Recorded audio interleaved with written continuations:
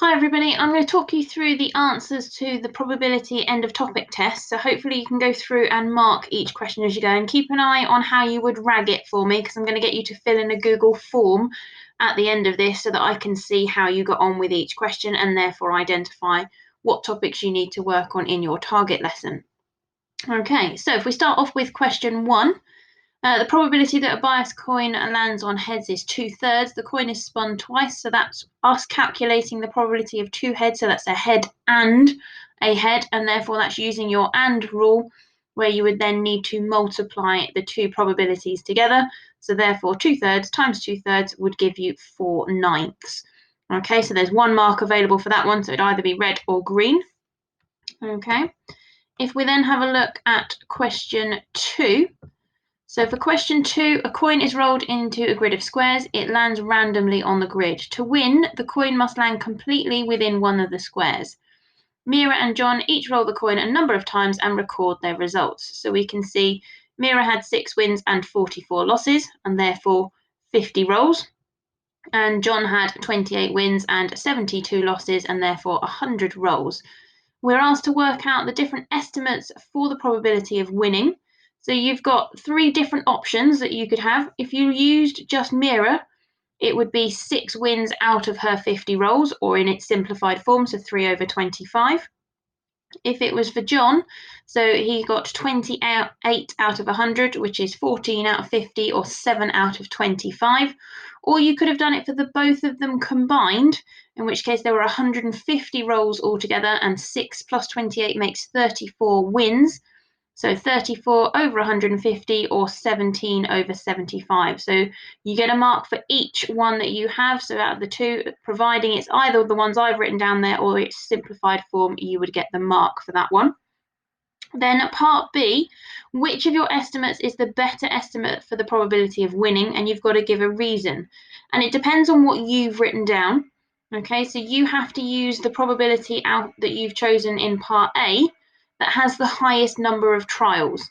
So for example, if you'd written down the first two, then the one out of 100 would be more reliable because they had more trials involved.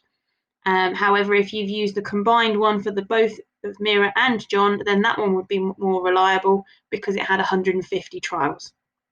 Okay, so for part B, it's your choice of which one had the most trials, and the reason being the more times you do an event, the more reliable the information that you get from it is. Okay, a bit like when you do science, they always say to you, the more times you do an experiment, the more reliable the results are. That's exactly the same for this. Okay, so therefore there are 3 marks available on question 2. So red if you got 0, green if you got 3, anything else would be amber. If we then have a look at question 3, so Faye is testing an ordinary 6-sided dice to see if it is biased. She throws the dice 120 times. Work out the probability that it lands on a 1. So this is an expectation question. So remember, your expectation formula was the probability of the event occurring multiplied by the number of trials. So therefore, the probability of getting a 1 is 1/6. And the number of trials is 120. We do 1/6 multiplied by 120, and you get 20 as your answer for 1 mark. And then on part B, here are the actual results. And do we think the results are biased? Well, in theory, we would expect an even number, okay, of each number to appear. Now, we know in practicality it could be slightly varied, but approximately the frequency for each should be around 20. Okay, so if you think you've got 120, we know we expect to get each of them 20 times. They may be 18 to 22, etc., because nothing is perfect, but we can see from this that when you look at the number of times the 1 occurred, which was 5, and the number of times the 6 occurred, which was 38, is very, very different.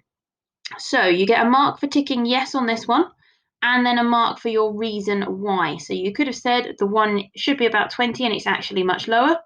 You could have said the 6 should be about 20, but in fact it's much higher, or something along the lines of the frequencies should all be around the same value, which was 20.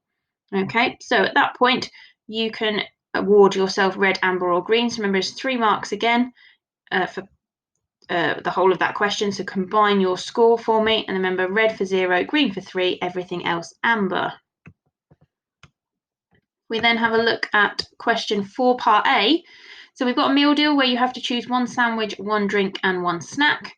There are 7 different sandwiches, 5 different drinks, and 3 different snacks. How many different meal deal combinations are there? Now, technically, you could list them all. So you could list all the possible sandwiches, but that's going to take you a long time. So you want to use your product rule for this one. So there are 7 sandwiches multiplied by the 5 drinks multiplied by the 3 snacks. You get a mark for showing the method, and then 105 potential combinations there, so a second mark for that one, which you wouldn't really want to list with that amount of combinations. So product rule is a much quicker way. And then part B, 2 of the sandwiches have cheese in them and 3 of the drinks are fizzy. Eva picks a meal deal at random. Work out the probability that the sandwich has cheese in it and the drink is fizzy. So we know that 2 out of the 7 sandwiches have cheese, and we know 3 out of 5 of the fizzy drinks of the drinks are fizzy, and therefore we multiply them 2 together because it's and again, so it's the and rule where we're multiplying. If you've got those 2 fractions written down and you're multiplying, you get a mark, and then your correct answer, so 2 times 3 gives me 6, and 7 times 5 gives me 35 to give me 6/35 as our final answer. Okay, and that was then a total out of 4. So if you've got 0, it'd be red, 4 is green, everything else amber, please.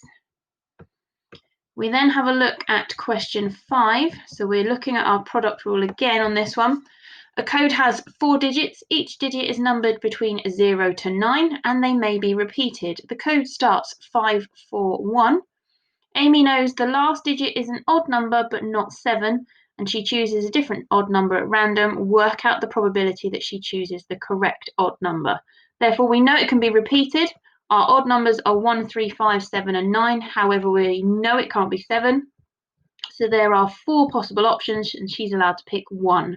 Therefore, her probability is a quarter at that point. Part B then, the 4-digit code is changed to an even number, and the first digit is 3. So if we think about our 4 possible numbers, the first digit we know has to be 3, the last digit we know has to be even, and anything in between could be any number between 0 and 9. So there's one possible way of having 3. There are 10, not 9, so be careful at this point. There are 10 possible numbers between 0 and 9, multiplied by 10 possible numbers again between 0 and 9, but we know it's even, so it can only be 0, 2, 4, 6, or 8 on that one, so there's only 5 potential combinations. So a mark for showing 1 times 10 times 10 times 5, and then your second mark for 500 on that one. Okay, so 3 marks available on question 5. Green if you got all 3, red for 0, anything else amber. Right, question 6. So on this one, I was really checking to see how much attention you've paid when it comes to probability trees.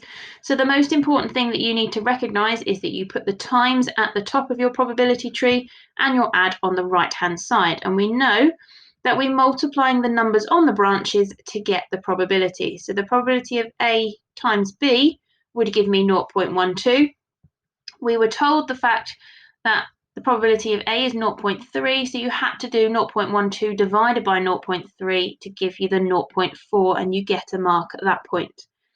Once you've worked out your 0.4 there, you know your 2 branches must add to make 1, so we know this one's 0.6, and therefore 0.3 times 0.6 will then give you 0.18 for another mark. Okay, if you also have your 0.7 here, and whatever answer you had here, so if you've got 0.4, brilliant, but if you've got 0.9 and you've then written 0.1 here, because as long as these 2 add to make up 1, you get that third method mark there. So it has to be 0.7 here, and whatever number here that makes these 2 add to make 1. And then if you work out your remaining probabilities, you should get 0.28 and 0.42, and they should add up to make 1 at the end. So if you're fully correct, you get the 4th mark. Okay, so red for 0, 4 for green, everything else in the middle amber. And then if we have a look at question 7, so this was the really tricky part of the topic, where we're doing our probability trees but without replacement. Okay, so there are 11 pens in a box. 8 of them are black and 3 of them are red. 2 pens are taken out at random without replacement, so they're not going back in, so the probabilities will change. write down the probability that the 2 pens are the same colour. So you have to draw out your tree in the first place. The probability of getting the black pen was 8 out of 11, and the probability of getting the red pen was 3 out of 11. Okay, at that point then we're going to take 1 black pen out, reducing the number of pens down to 10, and there are only 7 black left, and therefore 3 red still. Or we could have taken a red out, reducing the number of pens down to 10. Remember, we've still got 8 black, but it would reduce to 2 out of 10 red. You need your times sign at the top and your add sign on the right-hand side, and you need to calculate all of your probabilities and see what you get. Now, for marks, if you have 8 out of 11 and 7 out of 10 written somewhere on a tree diagram, or 3 out of 11 and 2 out of 10, you get your first mark. If you then calculated the probability of getting a black and a black is 56 out of 110, so that was your 8/11ths times your 7/10ths, or the probability of a red and a red, so your 3/11ths times your 2/10ths, which is 6 over 110, you get the second mark, and then you add those two things together. That will then give you 62 out of 110, which is fine, they'll take that, or if you simplified it, 31 over 55. Okay, so 4 marks available, 4 for green, 0 for red, everything else amber. If you have a look then at question 8, so on this one, shade the Venn diagram to show the region. Remember that's got that U there, so it's A or B. Anything that's not, because of the apostrophe, in A or B, so that's everything around the outside of the 2 circles should have been shaded for that one. And then on the second one, show the region that is A and not B. So everything that's in A that isn't in B, which is sort of the moon shape on the A circle. Okay, so 2 marks available there. So red for 0, 2 for green, and 1 for amber. Then question 9. A school has 86 teachers, 42 are male, 44 female. A third of the male teachers have blue eyes, so we can work that out. A third of 42 gives me 14. A quarter of the female teachers have blue eyes, so a quarter of 44 gives me 11. Then we're told we need to represent all the teachers in the school here. M are the male teachers and B are the teachers who have blue eyes. So we know within the male circle, we need to have a total of 42. We know that there are 14 males that have blue eyes, so they're going to go in the overlapping part here, and therefore we can do our 42, take away 14 to give us the remaining 28 males who don't have blue eyes.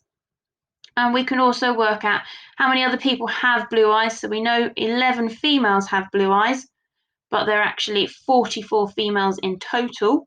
So our 44, take away the 11 females, tell me there are 33 females without blue eyes. So they're going to go on the outside of the 2 circles. And therefore, if we add up all of the ones we have there, we could have done 86, take away the 28, take away the 14, take away the 33 to give us the remaining 11 female teachers. Well, we had that there as well, but the remaining 11. So we've got that there. If it is fully correct, you get the 3 marks. 2 or 3 of each of the out of the 4 numbers there gets you 2 marks, and if you have one of them correct, you have 1 mark, but they must be in the correct positions. And then on part B, one teacher who has blue eyes is chosen at random. Work out the probability that there is male. So again, out of the blue eyes category, so this is one of those given that questions, there are 25 people with blue eyes and 14 of them are male. So 14 out of 25 will then be your probability. Okay, so 4 marks available there. That will be green, red for 0, everything else amber. Can you add up your scores for me? Make sure you've done your corrections and then fill in the Google form so I can see how you're getting on. Any problems, let me know.